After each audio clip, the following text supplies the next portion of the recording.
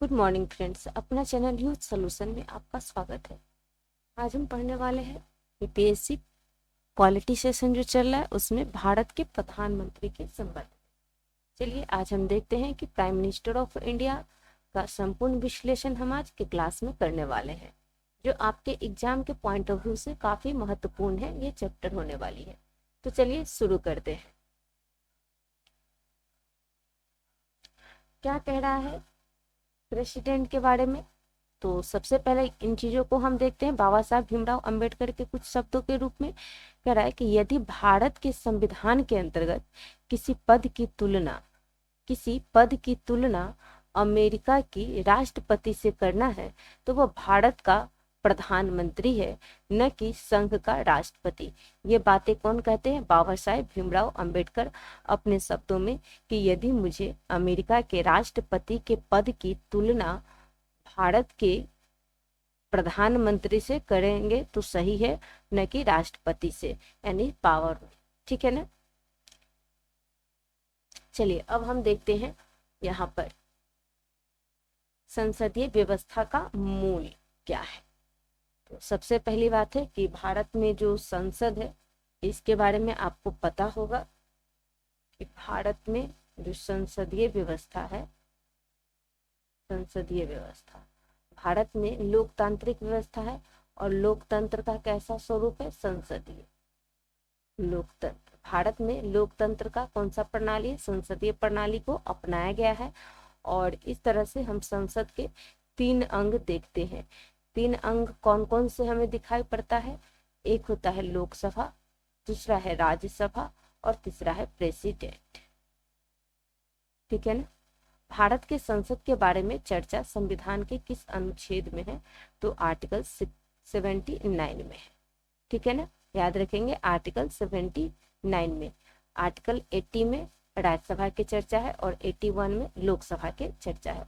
और प्रेसिडेंट तो हम पढ़ चुके हैं। ठीक है ना, 52 से स्टार्ट है। तो चलिए हम शुरू करते हैं आज के संसदीय व्यवस्था के मूल के संबंध में। जहां पर आपने पढ़ा होगा कि भारत में जो प्रेसिडेंट होते हैं, राष्ट्रपति जो होते हैं वो संवैधानिक प्रमुख होते हैं। संवैधानिक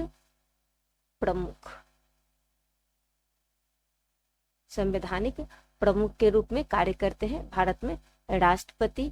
और ये एक नाम मात्र के कार्यपालिका होते हैं। नाम मात्र के कार्यपालिका। क्यों ऐसा है? क्योंकि भारत में जितने भी कार्य होते हैं वो राष्ट्रपति के नाम पर जरूर होते हैं, लेकिन सारे कार्य करते कौन है? तो मंत्री परिषद तथा प्रधानमंत्री के द्वारा किया जाता है। ठीक है ना, तो ध्यान रखेंगे नाम मात्र के कार्यपालिका होते हैं। राष्ट्रपति के पास बहुत सारी शक्ति है, लेकिन सभी शक्ति का प्रयोग राष्ट्रपति अपने मंत्री परिषद तथा प्रधानमंत्री के सहयोग से करते हैं और उनकी सलाह पर ही कार्य करने के लिए ये बाध्य होते हैं। चलिए नेक्स्ट हम पढ़ते हैं भारत का प्रावधान के बारे में। नाम मात्र का क्या प्रावधान है? तो भारत के राष्ट्रपति जो होते हैं वो नाम मात्र के प्रधान होते हैं, संवैधानिक प्रमुख होते हैं और शक्तियां सैद्धांतिक होती है, यानी प्रैक्टिकल शक्ति नहीं होता है इनमें। एक जितनी भी शक्तियां आप देखते हैं राष्ट्रपति की, जितनी भी शक्तियां, वह कैसी है? तो सबके सब सैद्धांतिक है। चलिए अब आते हैं वास्तविक प्रधान एक्चुअली में कौन होता है। तो वास्तविक प्रधान भारत के प्रधानमंत्री होते हैं। कार्यपालिका का वास्तविक प्रमुख होते हैं और शक्तियों का ये व्यवहारिक उपयोग करते हैं। कौन? तो प्रधानमंत्री। तो ये कॉमन सी बातें आपको समझ में आ गई होगी। चलिए आगे हम बढ़ते हैं। ये यहाँ पर ये जो दिखे हैं, देखने कितना बेहतर बात कि अगर आप कहो कभी प्रधानमंत्री के संबंध में क्वेश्चन आए तो आप इसे भूमिका के तौर में इन चीजों से कोट करके आप इनको लिख सकते हैं, इंट्रो दे सकते हैं। इसके संबंध में यहाँ पर लिखा गया है। चलिए संवैधानिक आधार देखते हैं कि संवैधानिक आधार क्या है। प्रधानमंत्री और मंत्री परिषद के संबंध में, मंत्री परिषद ने परिषद सबसे पहले आते हैं अनुच्छेद 74 के संबंध में बात करते हैं। इसमें क्या प्रावधान है इसको देखते हैं। अनुच्छेद 74 में ये कहता है कि राष्ट्रपति के सलाह पर, किसके सलाह पर? राष्ट्रपति की सलाह और सहायता के लिए एक मंत्री परिषद होगा। यहाँ पर सुधार लेंगे, मंत्री परिषद होगा। किसके सहायता और सलाह के लिए? तो राष्ट्रपति के। तो मंत्री परिषद के संबंध में कहाँ पे चर्चा है? तो आर्टिकल 74 में है, जहां पर मंत्री परिषद के संबंध में चर्चाएं की गई है कि राष्ट्रपति के सहायता और सलाह के लिए कौन होंगे? मंत्री परिषद। अब आते हैं कि प्रमुख बिंदु क्या है कि इस मंत्री परिषद, जहां भी मंत्री परिषद है ना, थोड़ा सा इसको ठिका लेंगे, टाइपिंग एरर है, यहाँ पर हम लिखेंगे मंत्री परिषद।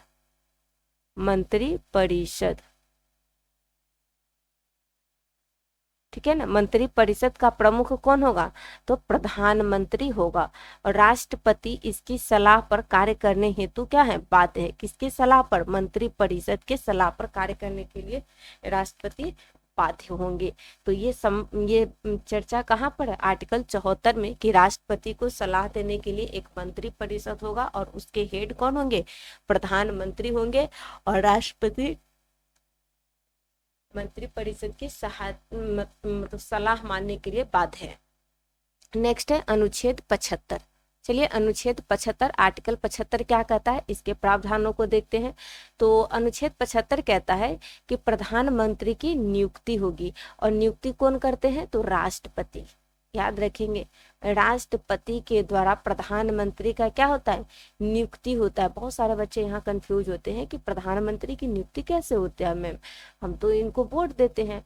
एक्चुअली देखिए, आप एक लोकसभा सदस्य हो या फिर राज्यसभा सदस्य के रूप में वो चुनाव लड़ते हैं, और किसी पार्टी से वो संबंधित होते हैं। और उन पार्टियों के जो बहुमत, जितनी भी पार्टियां होते हैं उनमें जो बहुमत दल के नेता होते हैं, जिनके पास बहुमत प्राप्त होता है, उन पार्टियों के नेता को ही हम क्या बनाते हैं? प्रधानमंत्री के रूप में नियुक्त किया जाता है। तो वो नियुक्ति राष्ट्रपति के द्वारा होता है। चलिए इनके संबंध में और क्या प्रमुख बिंदु है, तो कह रहा है कि प्रधानमंत्री की नियुक्ति राष्ट्रपति करेंगे। प्रधानमंत्री की नियुक्ति कौन करता है? राष्ट्रपति करेंगे। अन्य मंत्रियों की नियुक्ति राष्ट्रपति करते हैं प्रधानमंत्री के सलाह पर। तो अनुच्छेद 74 में बेसिक अंतर और 75 में हम समझेंगे। सबसे पहले है अनुच्छेद 74 में मंत्री परिषद के चर्चा, और इसके हेड के रूप में किनके बारे में बताया गया? प्रधानमंत्री होंगे। अनुच्छेद 75 कहता है कि प्रधानमंत्री की नियुक्ति की जाएगी और वो राष्ट्रपति करेंगे, और प्रधानमंत्री की नियुक्ति राष्ट्रपति कर देंगे। तो फिर क्या होगा कि मंत्रियों की नियुक्ति भी राष्ट्रपति करेंगे, लेकिन किनके सलाह पर? प्रधानमंत्री के सलाह पे। चलिए नेक्स्ट है अनुच्छेद 53 के बारे में हम देखते हैं। अनुच्छेद 53 कहता है संघ की कार्यपालिका शक्ति, यानी कि संघ की जो कार्यपालिका शक्ति है उसके बारे में प्रावधान है किसमें? अनुच्छेद 53 में।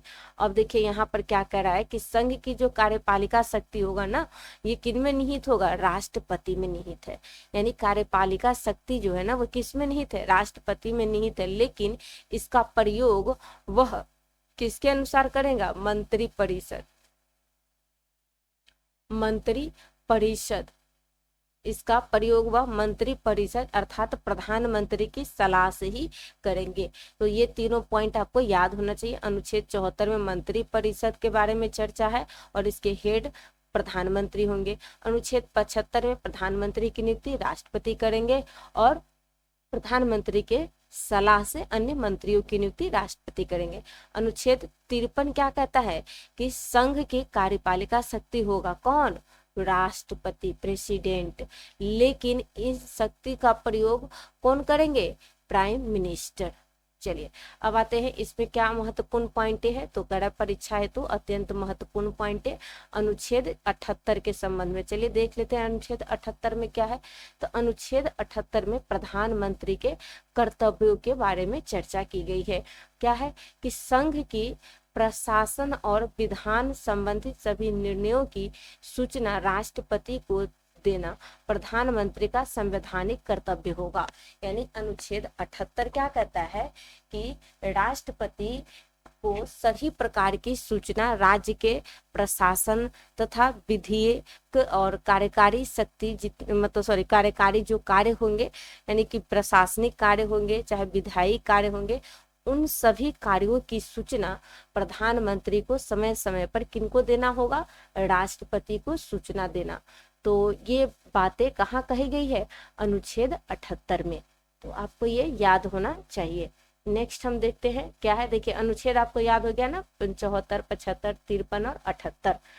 53 कह रहे हैं कि हम अगर एक क्रम में याद रखें कि 74 में क्या कहता है, तो 74 में मंत्री परिषद है। क्या है, मंत्री परिषद।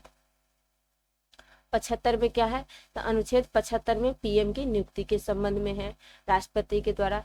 अब आते हैं अनुच्छेद 53। अनुच्छेद 53 में क्या है, तो अनुच्छेद 53 में क्या कहा गया है कि संघ की शक्ति राष्ट्रपति में है। संघ की शक्ति किसमें है, संघ की शक्ति के बारे में बात किया गया, यानी कि संघ सरकार की शक्ति किनके में होगा, प्रेसिडेंट में होगा। लेकिन इसका प्रयोग कौन करेगा, प्रधानमंत्री। अब अनुच्छेद 78 क्या कहता है, तो अनुच्छेद 78 कहता है कि सलाह देने के लिए, सलाह कहते हैं, सूचना है यहाँ पे, सूचना दिया जाएगा किसको, तो राष्ट्रपति को। और ये सूचना कौन देगा राष्ट्रपति को, प्रधानमंत्री जी। यही बातें आपको याद रखना होगा जब कभी भी राष्ट्रपति प्रधानमंत्री के संबंध के बारे में क्वेश्चन में लिखना हो, तो ये पॉइंटें अगर आपको याद है तो ये अनुच्छेद है, तो आपको चीजों को स्पष्ट तौर पर लिखने में कठिनाई नहीं होगी। अगला है प्रधानमंत्री की नियुक्ति की प्रक्रिया के संबंध में। अभी ही हमने पढ़ा है कि अनुच्छेद 75 में है प्रधानमंत्री की नियुक्ति का प्रावधान, और इनकी नियुक्ति कौन करेंगे, राष्ट्रपति। तो चलिए अब देखते हैं राष्ट्रपति के द्वारा प्रधानमंत्री की नियुक्ति। यहाँ पर देख रहे हैं लोकसभा चुनाव के परिणाम, यानी कि लोकसभा है, लोकसभा में अगर चुनाव होता है, लोकसभा में चुनाव, तो इस चुनाव में जिस दल को, यानी दल मतलब पार्टी को, जिस दल या पार्टी को बहुमत प्राप्त होगा, जिस दल या पार्टी को बहुमत प्राप्त होता है, स्पष्ट बहुमत प्राप्त होगा, वो सामान्य प्रक्रिया है एक कि जिनको भी बहुमत प्राप्त हो गया उनके उस दल के जो नेता होंगे, उनके जो लीडर होंगे, उनका नियुक्ति होता है। तो देखेंगे राष्ट्रपति के द्वारा बहुमत प्राप्त राजनीतिक दल के नेता को सीधे प्रधानमंत्री के रूप में नियुक्त किया जाता है, कोई विवेकाधिकार नहीं, यानी कि यहाँ पर राष्ट्रपति अपना कोई विवेकाधिकार का प्रयोग नहीं करते हैं, विवेकाधिकार का प्रयोग नहीं करेंगे। जिनकी पार्टी ने बहुमत प्राप्त की उनको सीधे प्रधानमंत्री के रूप में नियुक्त कर दिया जाता है। लेकिन अगर किसी पार्टी को स्पष्ट बहुमत नहीं मिलता है, स्पष्ट बहुमत नहीं मिलेगा, स्पष्ट बहुमत नहीं है, यानी त्रिशंकु है संसद, तब किसी दल को जब स्पष्ट बहुमत नहीं मिलेगा तब, तो उस समय राष्ट्रपति विवेकाधिकार का प्रयोग करते हैं। तो विवेकाधिकार शक्ति का प्रयोग कौन करेंगे, राष्ट्रपति, ठीक है ना। अब कहते हैं कि राष्ट्रपति अपने स्वविवेक का प्रयोग करते हुए सबसे बड़े दल या गठबंधन के नेता को सरकार बनाने और सदन में विश्वास मत सिद्ध करने के लिए आमंत्रित करते हैं। ऐसा क्या होता है, तो जिनको बहुमत नहीं मिला होता है ना किसी पार्टी को, जब तो क्या करते हैं कि प्रधानमंत्री नहीं, राष्ट्रपति क्या करेंगे कि अपने हिसाब से किसी भी पार्टी को आमंत्रित करते हैं कि आइए भाई आप सरकार बनाइए, और उनको उसमें जो नेता होते, उस पार्टी के जो नेता होते हैं बड़े, उनको पीएम पद की शपथ भी दिला देते हैं और कहते हैं कि अब आप अपना सदन में जा करके क्या करें, विश्वास मत को सिद्ध करें। तो ये चीजें आप पुराइए, चाहे सिद्ध करिए, विश्वास मत जुटाइए, इस तरह की चीजें होती है। इसे ही कहते हैं हम त्रिशंकु संसद होना, या फिर राष्ट्रपति के द्वारा नियुक्ति के समय में राष्ट्रपति के द्वारा प्रधानमंत्री की नियुक्ति के संबंध में विवेकाधिकार का प्रयोग किया जाना। और ये कई बार विवाद का कारण भी बना है चलिए अगला नेक्स्ट पॉइंट हम देखते हैं, संसद के संबंध में, पार्लियामेंट के संबंध में बातें जाते हैं। लोकसभा का नेता, ठीक है। दूसरा कह रहा है राजनीतिक नीतियों की घोषणा कौन करेंगे, ये सारी बातें सुनिए। अब प्रधानमंत्री के बारे में हम ये सारी बातें लिख रहे हैं। यहाँ पर देखिए प्रधानमंत्री है तो ये प्राइम मिनिस्टर है। अब प्रधानमंत्री का क्या क्या काम है, ये किस तरह से कार्य करते हैं, तो सबसे पहले संसद के संबंध में इनके कार्यों को हम देखते हैं।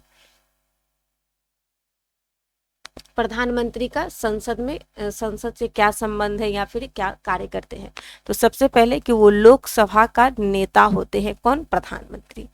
सरकार के नीतियों की घोषणा करते हैं, कौन, प्रधानमंत्री। संसद में सरकार का मार्गदर्शन और जवाबदेही सुनिश्चित करते हैं, कौन, प्रधानमंत्री।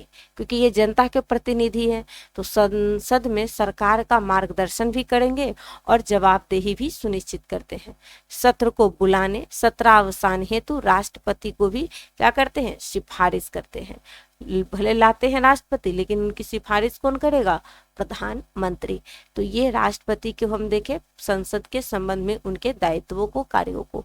चलिए अब आते हैं, हम देखते हैं राष्ट्रपति के मंत्री परिषद के संबंध में क्या है, काउंसिल ऑफ मिनिस्टर्स।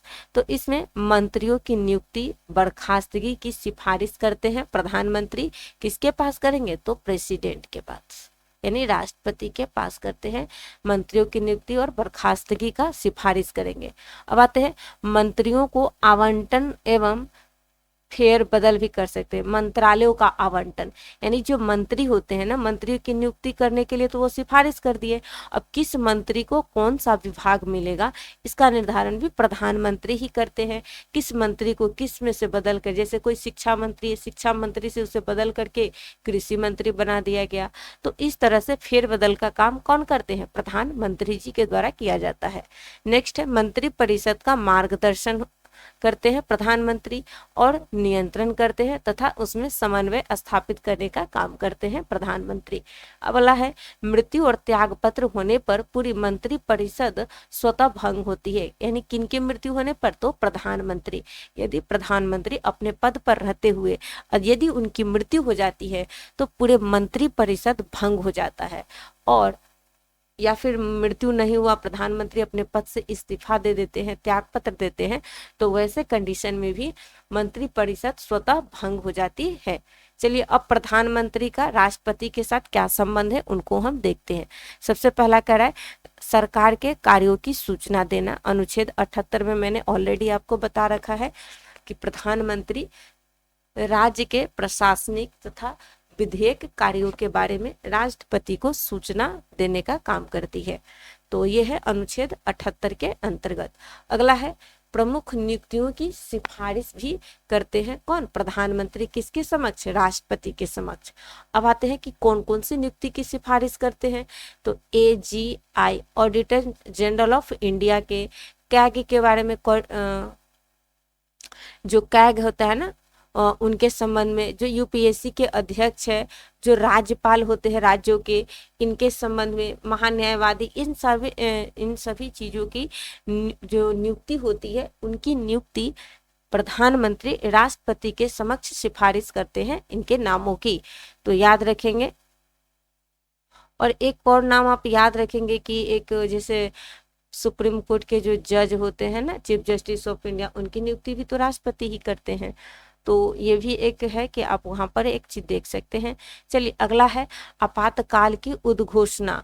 यदि देश में कोई ऐसी स्थिति है, इमरजेंसी की स्थिति उत्पन्न होती है, तो प्रधानमंत्री राष्ट्रपति को देश में इमरजेंसी लागू करने के लिए सिफारिश भेजता है। तो याद रखेंगे कि प्रधानमंत्री और राष्ट्रपति के संबंध में क्या क्या बातें। सबसे पहले अनुच्छेद 78 में सूचना देगा राष्ट्रपति को प्रधानमंत्री, और प्रधानमंत्री कई नामों की सिफारिश राष्ट्रपति के पास भेजते हैं प्रमुख पदों के लिए, जिसमें राज्यपाल, UPSC, कंट्रोलर, ऑडिटर जनरल, इन सारे नामों को ध्यान रखेंगे। आपातकाल की उद्घोषणा की भी सिफारिश राष्ट्रपति प्रधानमंत्री के समक्ष करते हैं। और आते हैं कि राष्ट्रपति का संबंध हो गया। अब देखते हैं कि प्रधानमंत्री अन्य और क्या क्या कार्य करते हैं। तो अन्य इनके कुछ कार्य है, जैसे नीति आयोग जो होता है ना, नीति आयोग इनके तो ये अध्यक्ष ही होते हैं। कौन? प्रेसिडेंट साहब, सॉरी प्रेसिडेंट, प्राइम मिनिस्टर। अध्यक्ष कौन होते हैं? नीति आयोग के अध्यक्ष कौन होते हैं? तो प्रधानमंत्री होते हैं।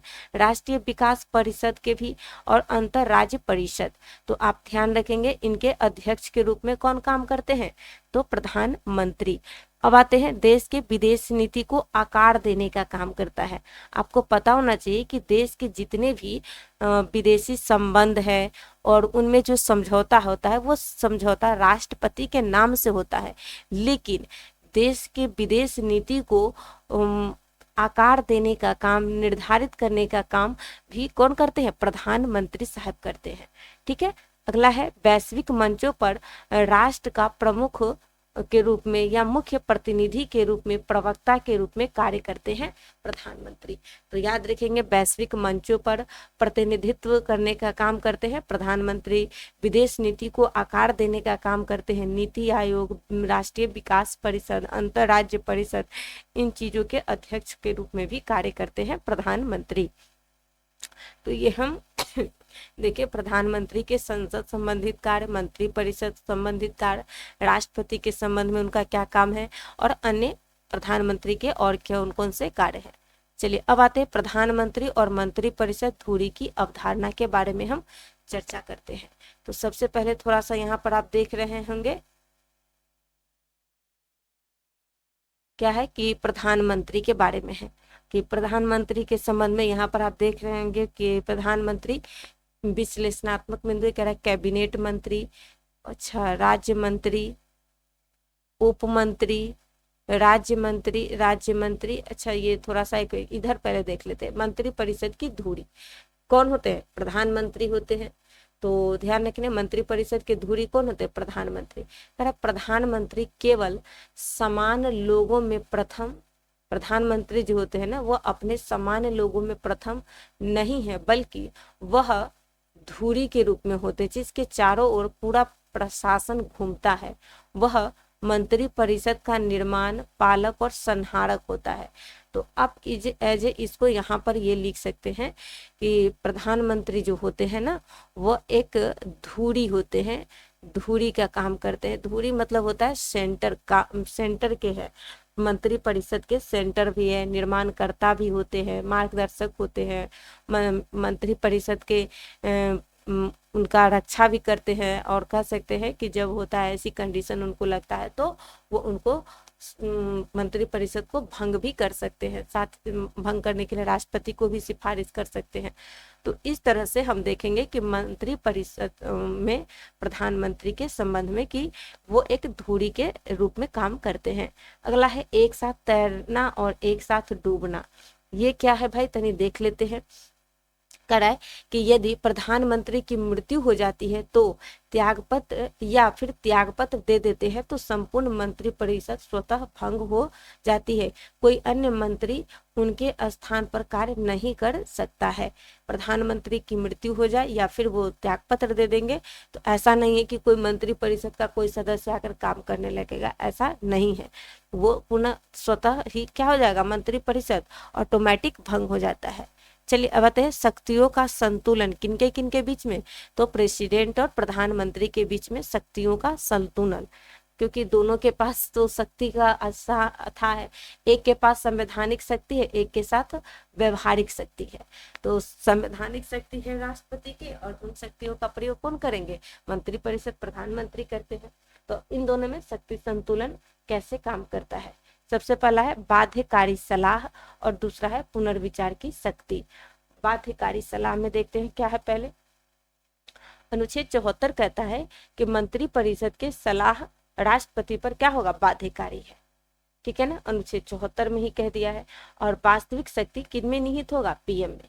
नेक्स्ट है पुनर्विचार की शक्ति, कह रहा है कि राष्ट्रपति मंत्री परिषद के सलाह को एक बार पुनर्विचार के लिए लौटा सकता है।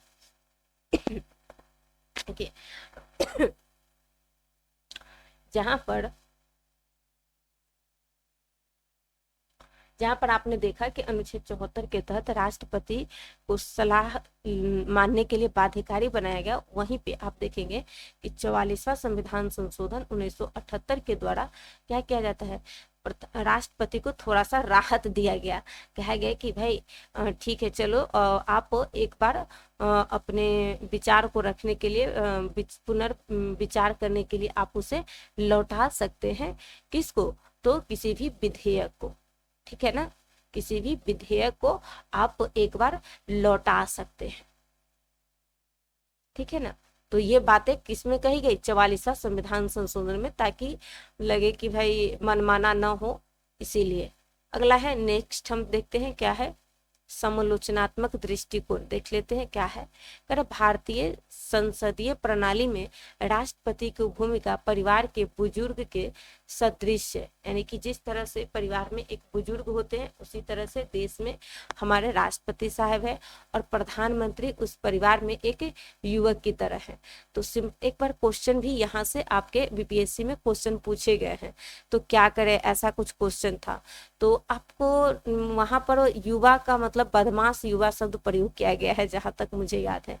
और वो बदमाश युवा कहने का मतलब सिंपल सा बात है कि वो प्रधानमंत्री के शक्ति के बारे में आपसे पूछ रहा है कि प्रधानमंत्री का शक्ति और राष्ट्रपति के, बुजुर्ग व्यक्ति कहने का मतलब है राष्ट्रपति और इनके शक्ति, और दोनों के बीच में कैसा संबंध है उसको आपको दिखाना होगा।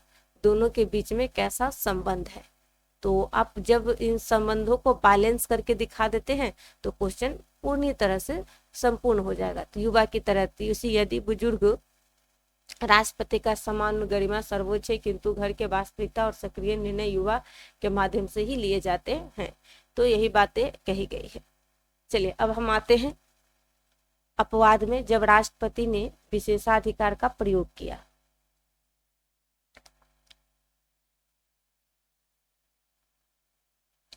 कि यह कहना अतिशयोक्ति होगा कि राष्ट्रपति केवल परिवार के असहाय बुजुर्ग है। देखिए ना, असहाय नहीं करना, राष्ट्रपति के बहुत सारे शक्ति है, शक्ति को दिखाना होगा। विशिष्ट परिस्थितियों में उन्होंने अपने विवेकाधिकार का प्रभावी प्रयोग भी किया है। तो इस बात में देखेंगे, और चलिए इनके बारे में।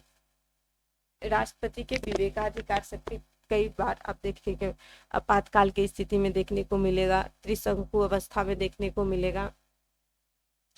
चलिए अब आते हैं, ज्ञानी जैल सिंह ने अपने इस चीजों को उदाहरण के तौर पर हम दिखाएंगे कि ज्ञानी जैल सिंह शक्ति का प्रयोग करते हैं, वीटो पावर का, ठीक है ना, जिसके संदर्भ में तो भारतीय डाकघर संशोधन विधेयक पर हस्ताक्षर करने से इनकार, जो कार्यपालिका की इच्छा के विरुद्ध था।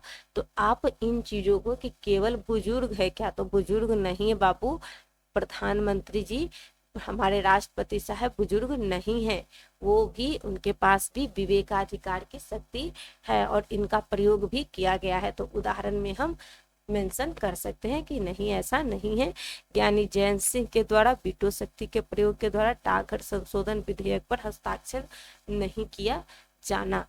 नेक्स्ट है एपीजे अब्दुल कलाम जी के संबंध में। तो डॉक्टर एपीजे अब्दुल कलाम क्या कहते हैं, शक्ति का प्रयोग करते हैं। कौन सी शक्ति? विवेकाधिकार शक्ति। कह रहा है कि पुनर्विचार हेतु लौटाना, संदर्भ में लाभ के पद से संबंधित विधेयकों को संसद को पुनर्विचार के लिए वापस भेजा। यानी कि राष्ट्रपति जो जब थे एपीजे अब्दुल कलाम जी, तो उस समय इन्होंने पुनर्विचार हेतु विधेयक को लौटाने का काम किए थे, और लाभ के पद से संबंधित वह विधेयक था जिसको संसद को पुनर्विचार के लिए वो वापस भेजे थे। ठीक है, नेक्स्ट है नीलम संजीव रेड्डी के संबंध में। तो नीलम संजीव रेड्डी प्रधानमंत्री की नियुक्ति में स्वविवेक का प्रयोग करते हैं। जैसे मोरारजी देसाई के इस्तीफे के बाद चौधरी चरण सिंह को प्रधानमंत्री नियुक्त करना।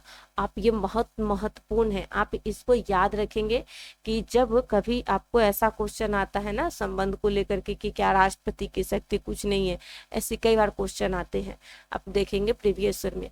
तो यहाँ पर आपको ये तीनों उदाहरण देना होगा। एक कौन का? ज्ञानी जी का, ज्ञानी जैल सिंह का, जिन्होंने डाक घर जो संशोधन था, डाकघर डाकघर संशोधन जो था उस पर इन्होंने क्या किया, संशोधन पे हस्ताक्षर नहीं किए। दूसरा किनका याद रखना होगा, अब्दुल कलाम जी का। तो अब्दुल कलाम जी के बारे में आपको याद रखना होगा, एपीजे अब्दुल कलाम के बारे में। तो इन्होंने क्या किया था, तो इन्होंने विधेयक लौटाया था, और जो विधेयक का संबंध किससे था, तो उनका लाभ के पद से संबंधित विधेयक को उन्होंने पुनर्विचार हेतु लौटाया था। तो ये भी याद रखेंगे, इन्होंने विधेयक को लौटाया था। नेक्स्ट तीसरा व्यक्ति कौन था, नीलम संजीव रेड्डी। और नीलम संजीव रेड्डी ने क्या किया था, मोरारजी देसाई के इस्तीफा के बाद चौधरी चरण सिंह के नियुक्ति में स्वविवेक का प्रयोग किया था।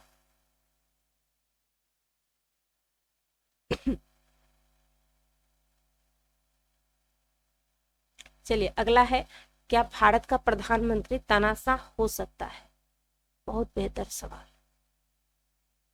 कई बार ये क्वेश्चन आता है कि प्रधानमंत्री के पास तो बहुत पावर है, तो क्या भारत के प्रधानमंत्री तानाशाह कभी बन सकते हैं? अगर उनके पास इतना पावर है तो उनके बारे में हम आज डिटेल से समझते हैं। कहता है कि कार्यपालिका की निरंकुशता और संवैधानिक नियंत्रण, कार्यपालिका की निरंकुशता और संवैधानिक नियंत्रण।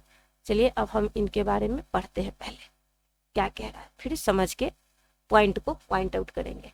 कह रहा है कि यदि प्रधानमंत्री निरंकुश हो जाएगा तो क्या होगा, तो कह रहा है लोकतांत्रिक संस्थाओं का कमजोर होना, अध्यादेशों के माध्यम से संसद को दरकिनार करना, कार्यकारी शक्तियों का दुरुपयोग होना और सत्ता का व्यक्तिगत केंद्रीकरण हो जाना। यदि राष्ट्रपति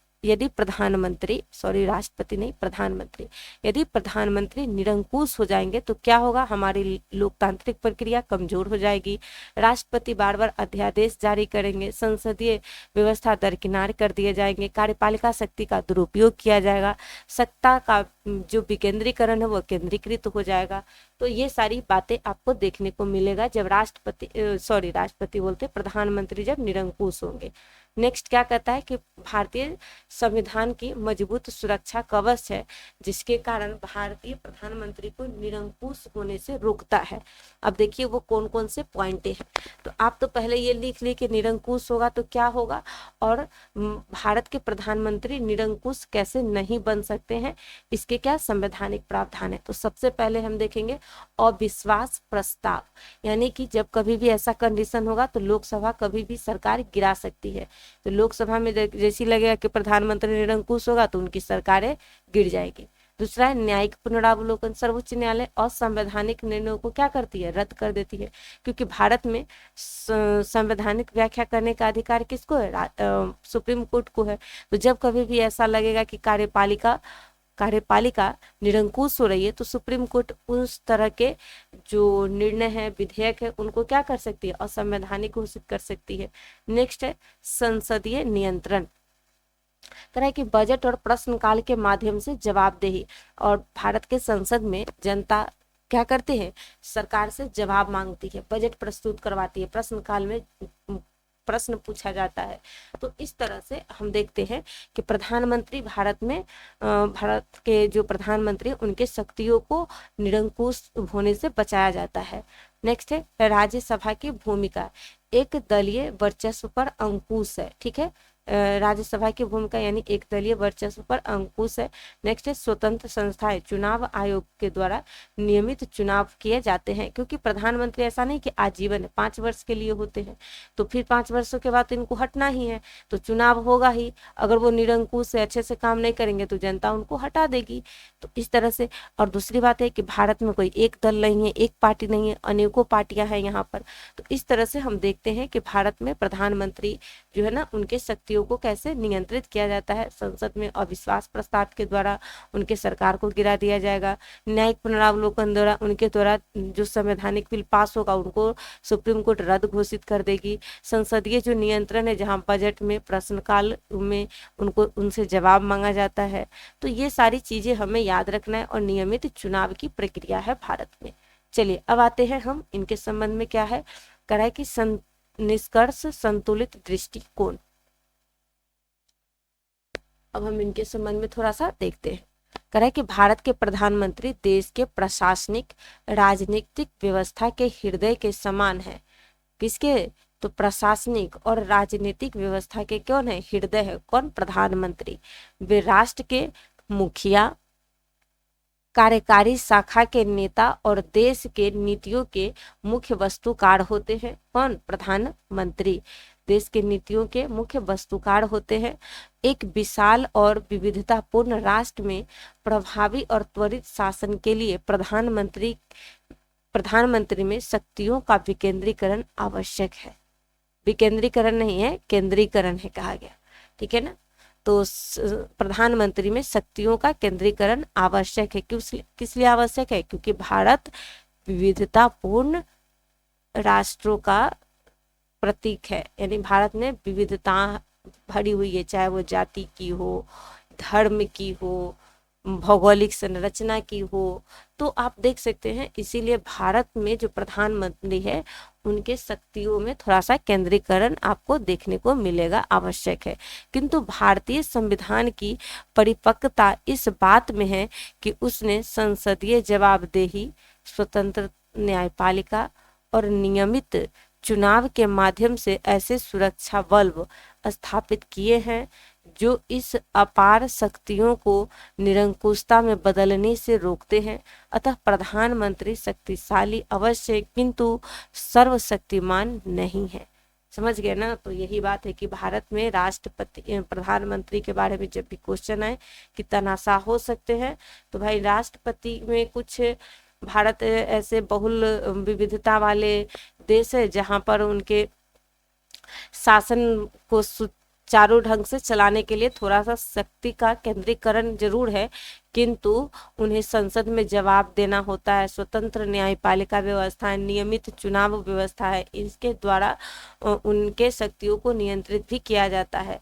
तो ये सही है कि भारत के प्रधानमंत्री के पास शक्ति अथाह है, लेकिन वो सर्वशक्तिमान नहीं है। उनके पास बहुत सारी शक्तियां हैं, लेकिन वो सर्वशक्तिमान नहीं है भारत के लोकतांत्रिक प्रक्रिया में। चलिए अब आते हैं बीपीएससी मेंस उत्तर लेखन प्रारूप। देखिए अगर आपसे शॉर्ट क्वेश्चन पूछ दिया 150 शब्द में पीएम की भूमिका के बारे में, तो सबसे पहले प्रस्तावना 30 शब्दों में हम लिखेंगे कि प्रधानमंत्री के संबंध में अनुच्छेद 74-75 है, जहां पर वास्तविक प्रधान की अवधारणा है। अर्थात यानी कि ये कह रहा है कि भारतीय संविधान में अनुच्छेद 74 तथा 75 के अंतर्गत भारत के प्रधानमंत्री के संबंध में चर्चाएं की गई हैं, जिनमें प्रधानमंत्री देश के वास्तविक प्रधान होते हैं। अब इसके बारे में फिर है कि प्रधानमंत्री को लेकर के भूमिका, तो भूमिका में हम कुछ लिखेंगे कि 4 प्रमुख बिंदु यानी बुलेट पॉइंट्स में कि संसद के रूप में उनकी क्या भूमिका है, मंत्रिपरिषद के संबंध में उनकी क्या कार्य है। फिर हम देखेंगे, आपको पता होगा कि प्रधानमंत्री का राष्ट्रपति के संबंध में और अन्य, तो उन 4 पॉइंटों को हम लिख देंगे। फिर प्रभावी प्रशासन बनाम संवैधानिक सीमाएं, निष्कर्ष में हम लिख देंगे कि वही प्रभावी शासन व्यवस्था को बनाए रखने के लिए प्रधानमंत्री के पास शक्ति का वास्तविक प्रयोग करने का अधिकार है। तो इन चीजों को हम लिख सकते हैं। समय बचाने के लिए छोटे फ्लोचार्ट का प्रयोग करें। नेक्स्ट है पीएम और राष्ट्रपति के संबंध में समूलाचनात्मक विश्लेषण करें। यानी पीएम और राष्ट्रपति का संबंध जब पूछेगा तो सबसे पहले अंबेडकर साहब के कथन को हम यहाँ जरूर कोट करेंगे कि अंबेडकर साहब कहते हैं कि भारत के अमेरिका के राष्ट्रपति की तुलना करना हो तो मैं भारत के प्रधानमंत्री से तुलना करूंगा, तो इसके संबंध में लिख देंगे। फिर इनकी अनुच्छेद प्रधानमंत्री के संवैधानिक चर्चाएं अनुच्छेद 74-75 में है, उसके बारे में लिखेंगे। संवैधानिक प्रावधान 74, 75, 53, 74 सबको लिखेंगे ब्लॉक आरेख डायग्राम बना करके। ठीक है, अब आते हैं संबंधों का विश्लेषण, बाध्यकारी सलाह बनाम विवेका अधिकार बुजुर्ग वाला उदाहरण। यानी कि हम यहाँ पर संबंध जब मेंशन करेंगे तो संबंध में क्या लिखेंगे, तो सबसे पहले तो संबंध अच्छा बता देंगे कि भाई राष्ट्रपति जो है ना वो प्रधानमंत्री के सलाह पर कार्य करने के लिए बाध्यकारी है। और अन्य सारी कई सिफारिशें हैं जो प्रधानमंत्री राष्ट्रपति को करते हैं नियुक्ति के संबंध में, इसको भी हम दिखाएंगे। फिर लिखेंगे कि राष्ट्रपति और प्रधानमंत्री, ऐसा नहीं है कि राष्ट्रपति केवल प्रधानमंत्री के इशारे पर ही काम करते हैं, राष्ट्रपति के अपने भी कुछ विवेकाधिकार शक्तियां हैं जिसका प्रयोग समय समय पर राष्ट्रपति के द्वारा किया गया जाता रहा है।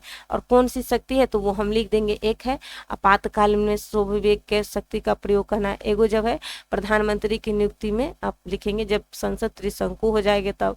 और इस तरह से राष्ट्रपति समय अनुसार अपने विवेकाधिकार शक्ति का प्रयोग करते रहे। उदाहरण में हम लिखेंगे ज्ञानी जैल सिंह के द्वारा, डॉक्टर एपीजे अब्दुल कलाम जी के द्वारा, फिर लिखेंगे एक और लिखेंगे नीलम संजीव रेड्डी जी के द्वारा। तो इस तरह की चीजों को हम उदाहरण के रूप में दिखाएंगे। फिर शक्तियों के दुरुपयोग पर नियंत्रण और संतुलन, लोकतंत्र। ठीक है, तो इस तरह से ये 2 क्वेश्चन हमने रिवीजन भी कर लिया। अब आता है त्वरित रिवीजन। आर्टिकल 74 में मंत्री परिषद के संबंध में चर्चा, अनुच्छेद 75 में पीएम की नियुक्ति राष्ट्रपति के द्वारा, अनुच्छेद 53 में क्या है, कार्यपालिका शक्ति का वास्तविक प्रधान कौन है, प्रधानमंत्री, लेकिन संवैधानिक प्रधान राष्ट्रपति है। नेक्स्ट है 78 में पीएम के कर्तव्य सूचना दो, किसको, प्रधानमंत्री को नहीं, राष्ट्रपति को। चलिए मेंस के आंसर के ऊपर में लिखने का प्रयोग। वास्तविक प्रधान समान लोगों में प्रथम होते हैं, राष्ट्रपति अपने समकक्षों में क्या होते हैं, श्रेष्ठ होते हैं। तो ये भी लिख सकते हैं। जैसे हम लिख सकते हैं कि ग्रहों में या तारों में सबसे उत्कृष्ट तारा के रूप में इनकी पहचान है। तो इस तरह के चीजों को हम लिख सकते हैं। प्रधानमंत्री मंत्री परिषद की धुरी के रूप में काम करते हैं, एक साथ तैरना, एक साथ डूबना। जैसे कि मंत्री परिषद अगर चाहे भंग करना प्रधानमंत्री, तो वो त्याग पत्र दे देंगे तो वो खत्म हो गया। परिवार के बुजुर्ग सदृश, ये तो राष्ट्रपति है। सुझाव बल संभालेगा। तो ये आज की क्लास यहीं पे समाप्त होती है। उम्मीद करते हैं आपको प्रेसिडेंट से संबंधित और राष्ट्रपति के संबंध, राष्ट्रपति और प्रधानमंत्री के जो संबंध है उसको, और प्रधानमंत्री का क्या प्रावधान है, क्या उनके शक्ति है, इनके बारे में हम आज ने बेहतर ढंग से स्टडी किया है। उम्मीद करते हैं आप लोगों को पसंद आ रहा होगा। कल पुनः नए टॉपिक के साथ आपके साथ मिलते हैं।